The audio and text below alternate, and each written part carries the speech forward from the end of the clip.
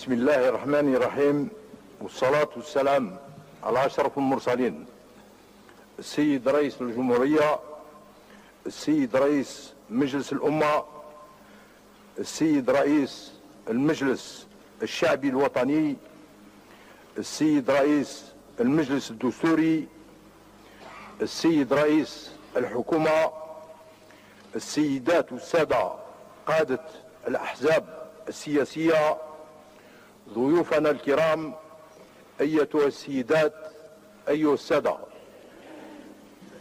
في هذا اليوم المشهود الذي سيسجله تاريخ بلادنا المعاصر كيوم بارز في تجربتنا الديمقراطية الفتية، أريد قبل كل شيء أن نغتنم هذه الفرصة السعيدة لأعرب عن أسمى مشاعر العرفان والتقدير لكافة الشعب الجزائري الذي اقتحم تحدي انتخابات 15 أبريل بقناعة ورفعه بكثير من الشجاعة والتبصر.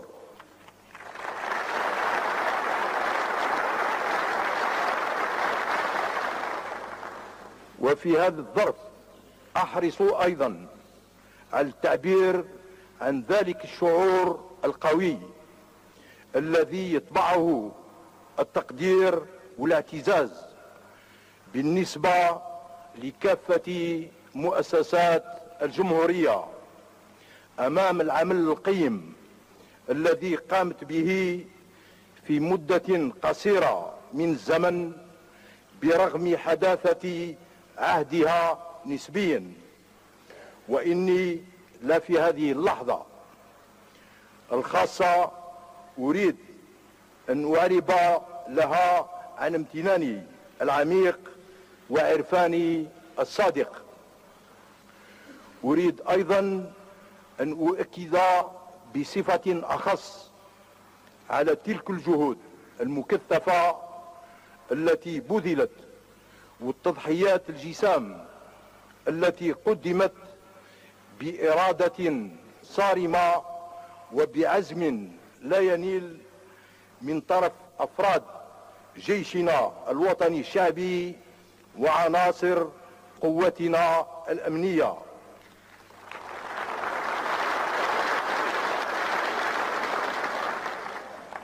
جهود وتضحيات مكنت بلادنا من مواجهة المخاطر التي كانت تتربص بها واستعادة الأمن للأشخاص والممتلكات في كل التراب الوطني، وسمحت لها كذلك بالتزود بمؤسسات شرعية في كل المستويات وباستئناف سبيل النمو والرقي الاجتماعي وبعث الأمل من جديد في مستقبلها. فليجد هؤلاء جميعا هنا أصدق عبارات التحية والتقدير. وفي الأخير لا يفوتني أن أخص بالذكر تلك المساهمة القيمة التي قدمها المجتمع المدني بما يحمله من تعددية، والذي شكل عمله في فترة كانت مضطربة بالنسبة لبلادنا عامل تحفيز للروح الوطنية في وقت كان يراهن فيه آخرون على انهيار بلادنا كدولة وأمة. وعليه يسعدني أن أعبر لكل مكوناته عن أصدق التحيات. وفي هذه اللحظة البارزة في تاريخ بلادنا فإني فكري يتجه بصفة خاصة إلى شهداء الواجب الوطني، كل أولئك الذين ضحوا بأغلى ما يملكون في سبيل أن تظل الجزائر واقفة شامخة